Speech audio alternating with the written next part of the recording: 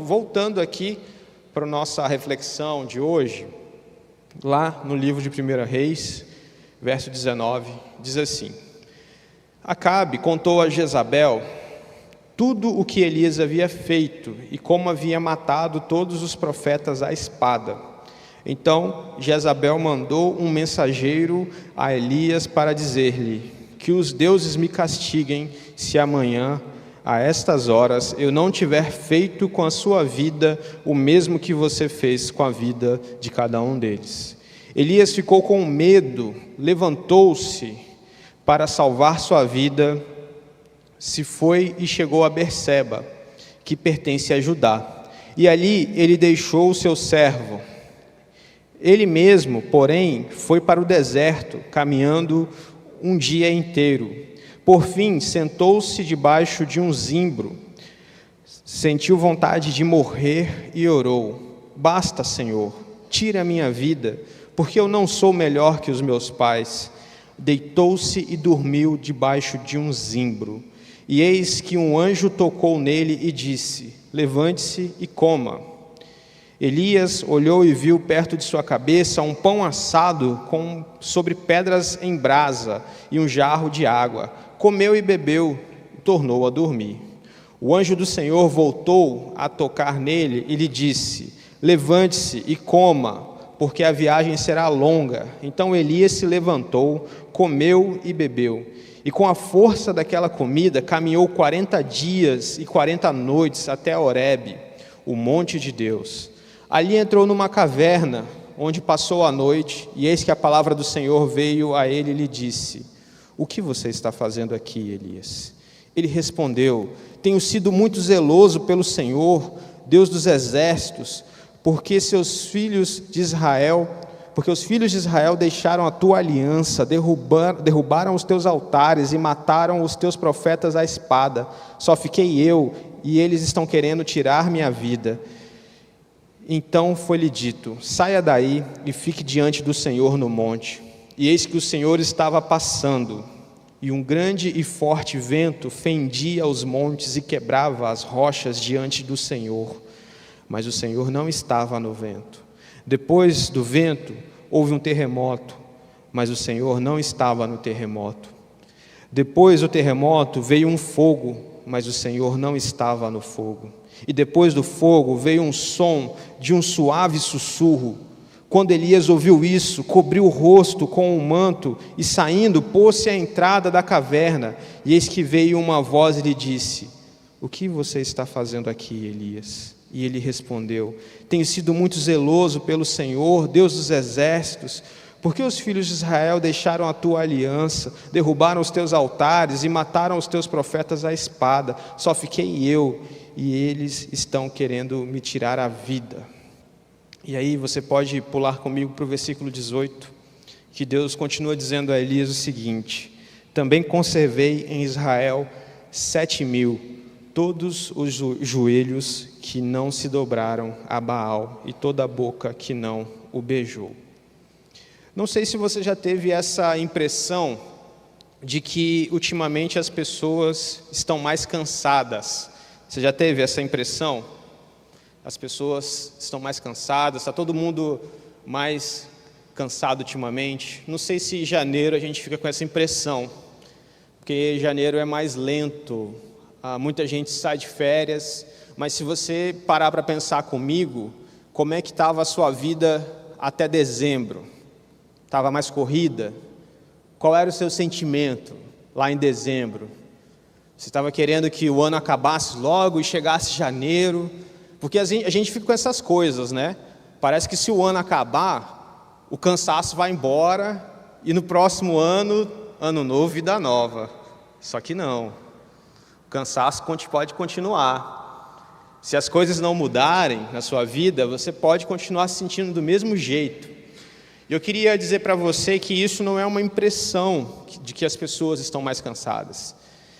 Um estudo que foi feito recentemente mostra que 81% dos trabalhadores estão se sentindo esgotados no trabalho. 81% dos trabalhadores estão se sentindo esgotados no trabalho. E uma outra coisa que mostra isso para nós, de que as pessoas estão de fato se sentindo mais cansadas, é que tem uma palavrinha que foi muito buscada no ano de 2022, a palavra burnout. Não sei se você já ouviu essa palavra. Burnout é uma doença que ela acontece por conta das condições de trabalho muito puxadas, que afeta não só a saúde mental das pessoas, mas a sua saúde física, onde a pessoa ela se esgota e ela não consegue trabalhar, ela não consegue mais conviver.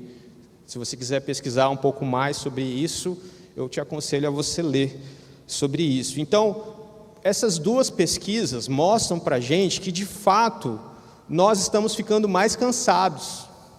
E sabe aquele cansaço que não vai embora depois de uma noite de sono? Não sei se você já se sentiu assim, ou só sou eu que sinto assim. Vocês se sentem assim também? Parece que a vida está mais puxada, está tudo mais difícil. E aí, quando a gente vai perceber, a gente está sem saúde, porque a gente dorme mal, porque quanto mais cansado a gente não consegue descansar quando dorme. A gente come mal na correria do dia a dia, e quando a gente vai ver, a nossa saúde já está indo embora. A gente está sem saúde. E lendo a história de Elias, a gente percebe que ele também passou por um momento de grande estresse físico, emocional e grande esgotamento, onde acontece aqui nessa passagem que a gente leu. É um texto belíssimo, mas é um texto também que a gente se depara com um homem em sofrimento. É muito interessante que o livro de Tiago fala que Elias era humano como eu e você, sujeito às mesmas tentações. Só que ao mesmo tempo, Elias é uma das maiores referências proféticas do Antigo Testamento. Elias é um dos maiores profetas da Bíblia. Só que Elias passa por esse momento de grande cansaço, de esgotamento físico e mental, porque ele era humano como nós. E é interessante se você avaliar em qual momento vem esse grande cansaço, esgotamento de Elias, depois de uma grande vitória.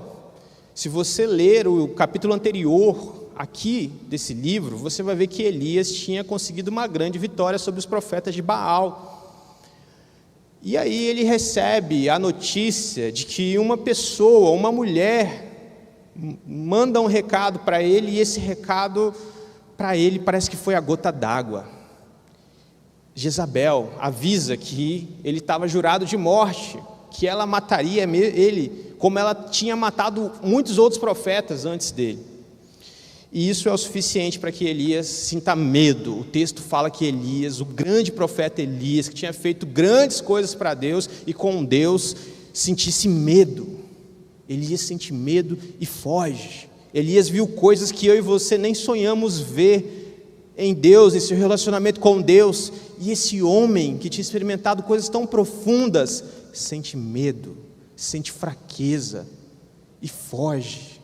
E o texto fala que ele deixa para trás na sua caminhada, nessa caminhada de fuga, o seu ajudante, o seu companheiro, ele deixa ele para trás e fica sozinho. E depois de deixar o seu companheiro em Judá, ele caminha um dia inteiro pelo deserto, no sol quente, sem comer, sem beber. Então eu imagino que ele já estava desidratado e faminto ali. E ali eu imagino que esse dia foi um dos piores dias da vida de Elias. Sabe aquele dia que você só quer chegar em casa e ver a sua cama, e deitar e acordar e não pensar em nada que aconteceu naquele dia, só ver alguma coisa no dia seguinte? Eu imagino que o Elias estava assim. Só que nessa fuga de Elias, ele não consegue uma cama.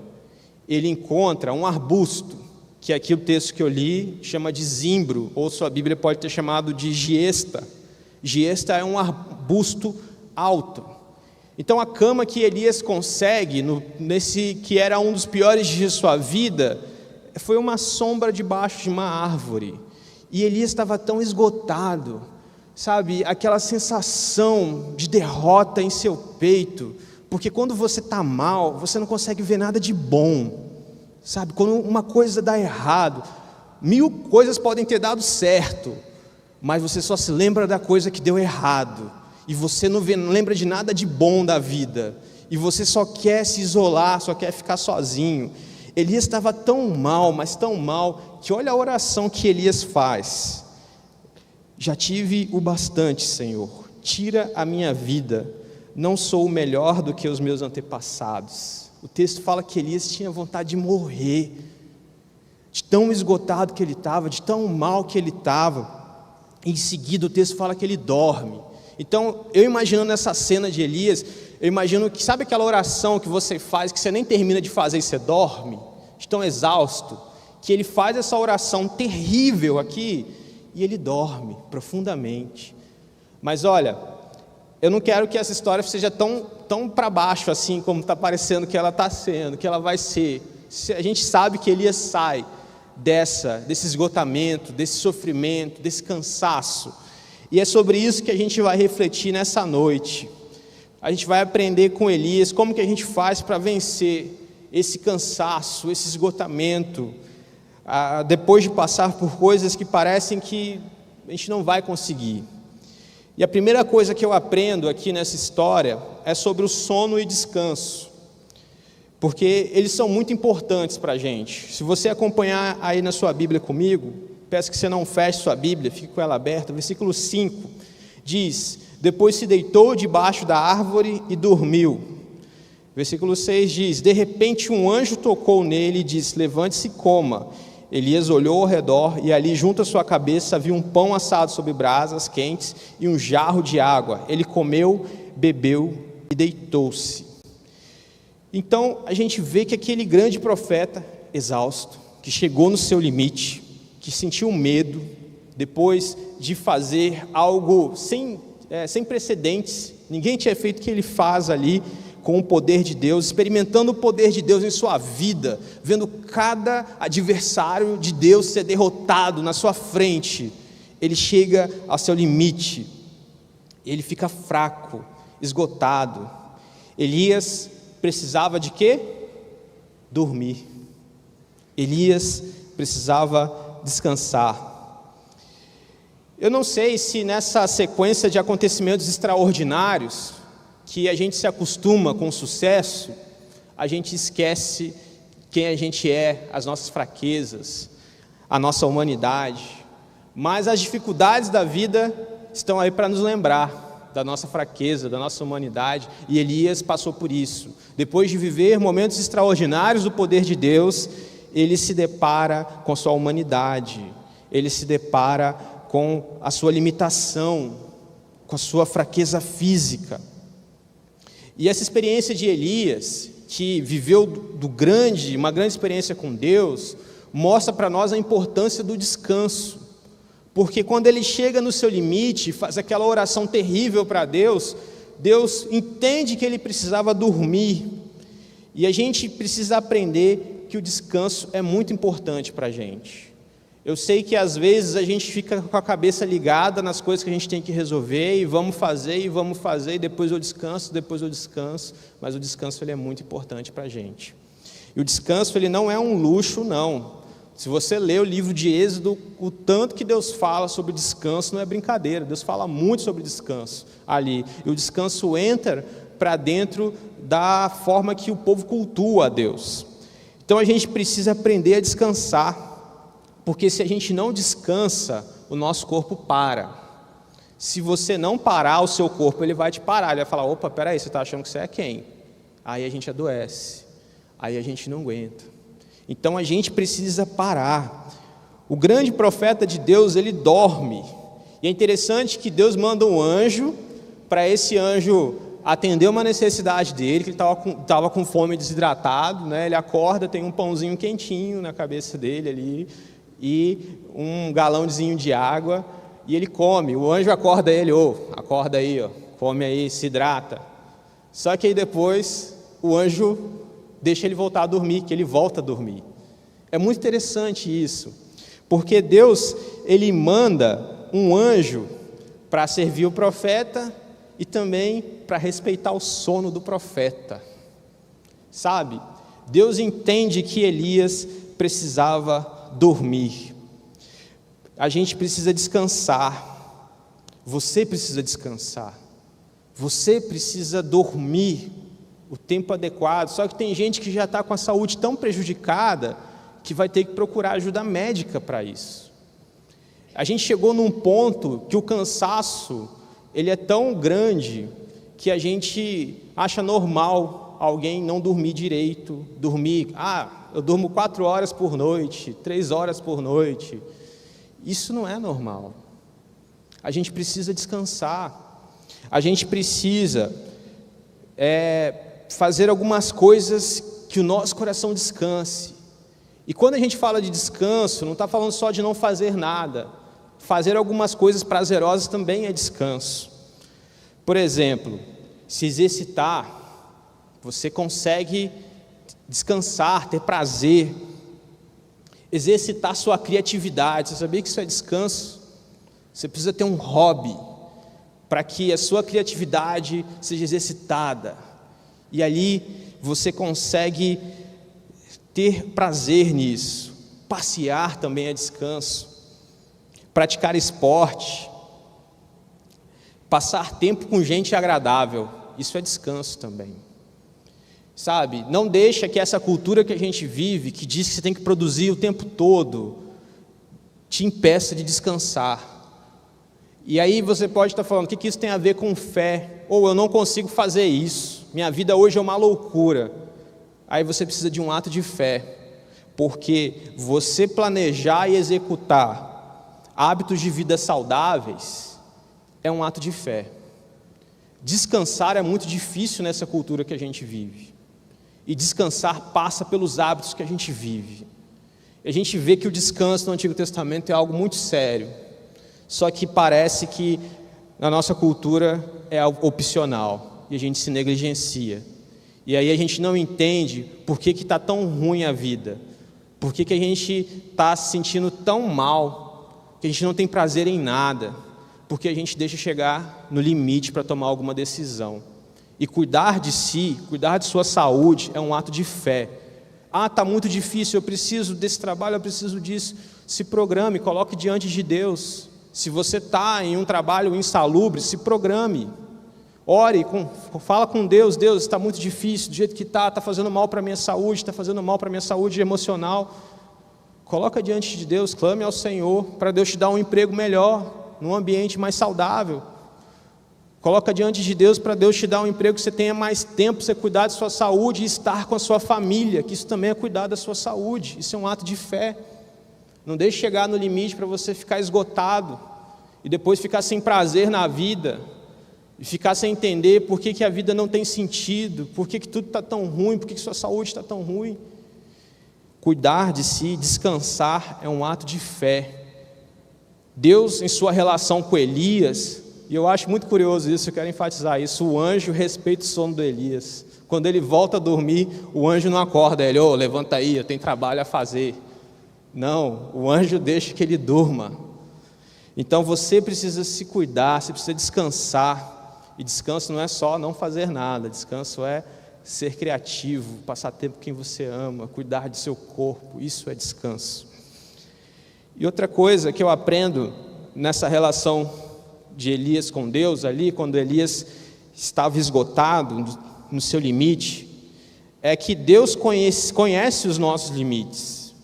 Deus, ele conhece você, os seus limites, e outra coisa é que ele sempre manda aquilo que a gente precisa. Então lá no versículo 5, continuando nossa leitura, de repente o anjo tocou nele e disse, levante-se e coma. Elias olhou ao redor, junto à sua cabeça, havia um pão assado sobre brasas quentes e um jarro de água. Ele comeu, bebeu, deitou-se de novo. O anjo do Senhor voltou, tocou nele e disse, levante-se e coma, para ele comer de novo. Ele tinha comido e voltou a dormir, e o anjo cutucou ele, come mais aí, pois a viagem será muito longa. Então ele se levantou, comeu e bebeu, fortalecido com aquela comida, viajou 40 dias e 40 noites até chegar a Horebe, o monte de Deus. É muito interessante que Deus conhecia o limite dele, sabia que ele precisava dormir e que ele precisava comer. E comer é importante, suas necessidades são importantes, né? Deus se relaciona com você sabendo de suas necessidades.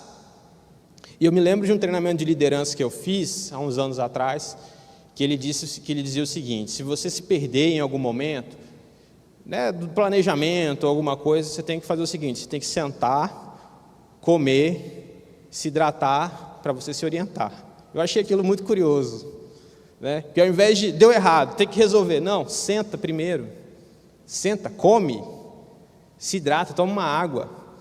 Isso é muito interessante porque com fome a gente não pensa direito. Com fome você não é você. Tem gente que com fome fica mais raivoso, fica nervoso. Com fome a gente não pensa. Com sede a gente vai adoecendo. Então Deus, ele leva em consideração as necessidades do profeta. E aí é interessante que se parar para pensar, porque Deus chama Elias para uma tarefa muito difícil e um tempo muito difícil. O povo tinha se afastado de Deus, havia grande idolatria, prostituição, crianças sendo oferecidas em sacrifício, e Deus chama Elias para aquele tempo. Só que Elias é limitado, fraco, se cansa como eu e você. Deus podia ter resolvido aquilo sozinho. Deus sabia que Baal e Azerá eram as divindades deles, né? Daquele povo que estava desviado de Deus. Deus podia, sei lá, estralar os dedos e acabar com toda a idolatria, destruir todos os templos e imagens e sacerdotes daquela divindade que fazia tão mal para o povo. Só que não, Deus leva alguém limitado como eu e você. Deus não mandou um anjo para levar um pãozinho quentinho e água fresca?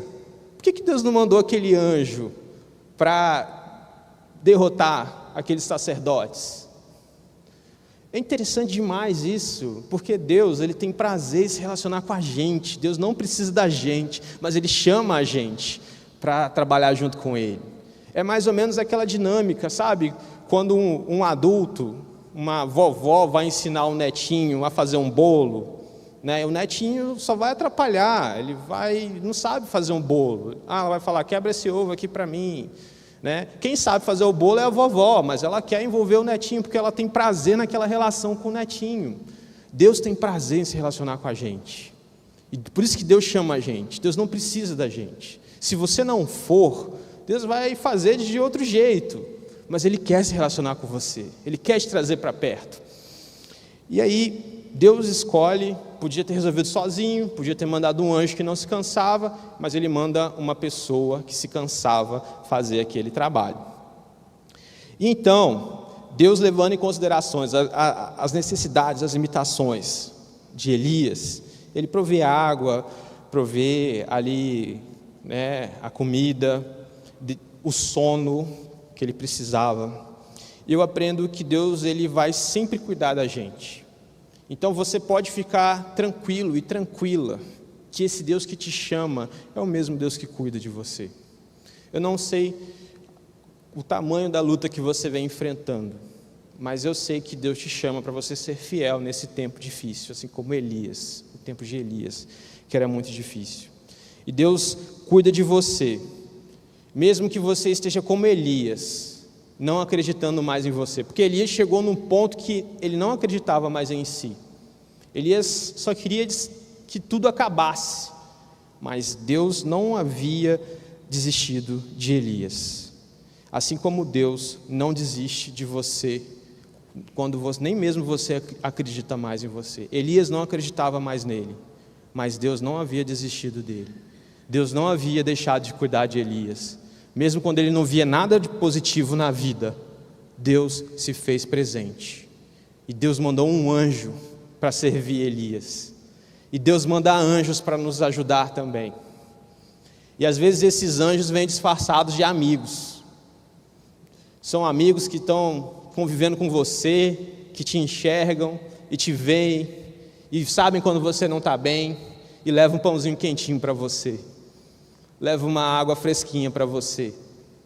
Deus usa anjos, pessoas que estão ao nosso redor, e às vezes até desconhecidos, sabe?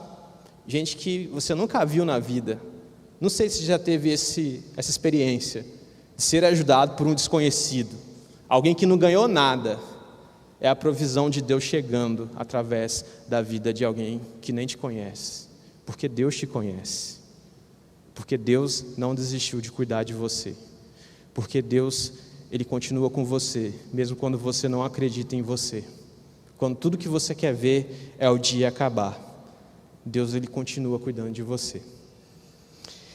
E outra coisa que eu acho muito interessante nesse texto é que Deus fala com Elias. Não sei se você reparou como é que Deus fala com Elias. No versículo 9: ali entrou numa caverna e passou a noite, e a palavra do Senhor veio a ele: o que você está fazendo aqui, Elias? E aí Deus faz essa pergunta para Elias 2 vezes. Já imaginou você precisando de uma resposta de Deus, e a resposta de Deus ser uma pergunta para você?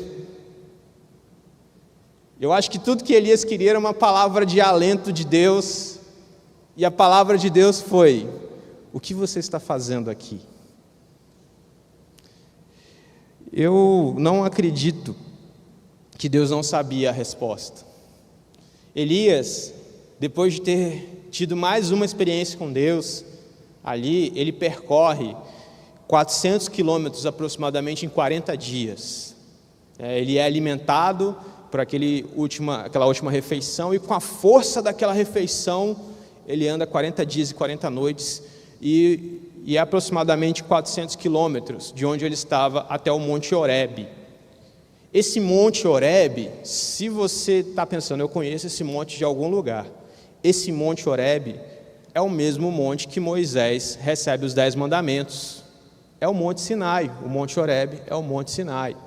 Então, Elias vai até o Monte Sinai, e isso é muito simbólico, porque num tempo onde o povo havia abandonado a aliança do Senhor, Elias vai para o monte aonde Deus fez a sua aliança com o povo.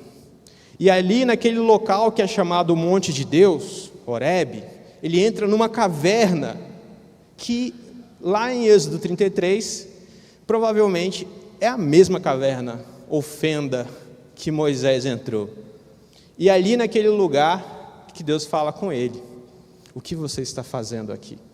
E como eu disse, eu não imagino que Deus não soubesse a resposta, mas eu penso que Elias não sabia a resposta, que Elias não tinha pensado o suficiente sobre aquilo que ele estava vivendo. Eu acho que Elias tinha vivido tanta coisa naqueles últimos dias, que ele se sentiu atropelado por aquele monte de sentimento dentro dele, aquele cansaço, aquele esgotamento, que, volto a dizer, quando você está exausto, nada é bom, uma pequena notícia desanda tudo. E Elias precisava lembrar algumas coisas, Elias precisava entender algumas coisas que estavam acontecendo dentro dele. Então eu acredito que Deus faz aquela pergunta: o que você está fazendo aqui? Porque Elias precisava entender os sentimentos que estavam dentro dele. E sentimentos são coisas difíceis de você identificar e nomear. Não sei se você já parou para pensar, ou já teve uma experiência de você viver uma situação e você não entender, aí passou, você entendeu o que era aquilo, você descobriu o nome daquilo. Então eu acredito que Deus faz essa pergunta para ele olhar para dentro do seu coração e conseguir nominar algumas coisas que estavam dentro dele. E a gente precisa aprender a dar nomes às coisas que estão dentro de nós, os lugares que a gente passou, as situações que a gente viveu. Porque quando a gente consegue dar nome para isso, a gente assume algumas coisas e fica mais fácil a gente lidar com essas coisas. Elias passou por muita coisa, Elias passou por um turbilhão de coisas. E ali, naquela caverna, Deus faz essa pergunta para ele, porque ele não estava só numa caverna geográfica, dentro dele havia uma caverna também. E dentro da caverna a gente não consegue enxergar as coisas, a gente não consegue enxergar dentro da gente, a gente não consegue enxergar a verdade. Então, conversando com Deus, falando sobre as coisas, ele responde: olha Deus, eu estou aqui porque todo mundo abandonou o Senhor, Jezabel está matando gente. E ele começa a falar e verbalizar, e eu acredito que ele começa a entender aquilo que Deus queria fazer. E nessa conversa com Deus, ele descobre que ele não estava sozinho. Porque você se sentir sozinho não quer dizer que você está sozinho. Às vezes você está passando por tanta coisa e está dentro da caverna que você não percebe que tem gente perto de você. Deus fala para Elias, ali no versículo 18, que haviam 7.000 pessoas ainda fiéis a Deus, que não havia se dobrado a Baal. Às vezes a gente precisa falar sobre as coisas que aconteceram com a gente, e principalmente falar com Deus sobre essas coisas, e conversar com Deus, para a gente conseguir entender as coisas, e para a gente perceber que a gente não está sozinho. Porque quando você se relaciona com Deus, você começa a perceber a real condição do seu coração e de sua vida, e você experimenta uma série de bênçãos e benefícios da presença de Deus. Outra coisa que eu aprendo aqui nessa conversa de Elias com Deus é sobre silêncio, a importância do silêncio na nossa vida. Ele teve experiências lindas com Deus, mas eu acho que essa experiência ela é ainda mais bonita, porque Deus fala para ele: sai daí de onde você está, sai de dentro dessa fenda, dessa caverna, que eu vou passar. Então Deus disse que ele passaria diante dele naquele monte. E o texto fala que passou um vento muito forte, um vento tão forte e agressivo que quebrava as pedras, as rochas. E o texto fala que o Senhor não estava naquele vento violento. E depois acontece um terremoto, porém o Senhor também não estava no terremoto.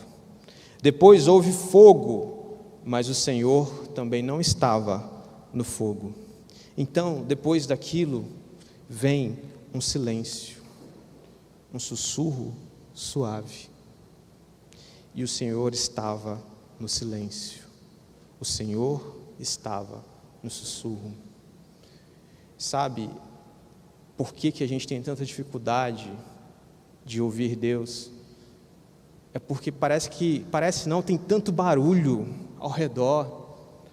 Não sei se você já parou para pensar no poder que esse celular que você tem aí no seu bolso exerce sobre você, a quantidade de vídeos que você assiste num dia, a quantidade de grupos que você está, a quantidade de vídeos curtos que nunca terminam, e você parece que nunca está sozinho, tem sempre muito barulho, e barulho, e barulho, e parece que a gente busca isso de propósito, barulho, para não lidar com o barulho que tem aqui dentro.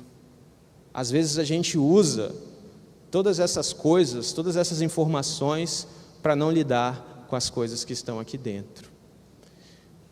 Elias ouviu o Senhor no silêncio, e o Senhor fala num sussurro suave, que assim como Elias, não sei quão difícil está a sua vida, eu não sei se você chegou no seu limite, se o esgotamento já está aí, já faz tempo e você não sabe o que fazer, mas que você possa se lançar numa experiência de solitude, você e Deus, porque Deus pergunta para você, por que você está aqui?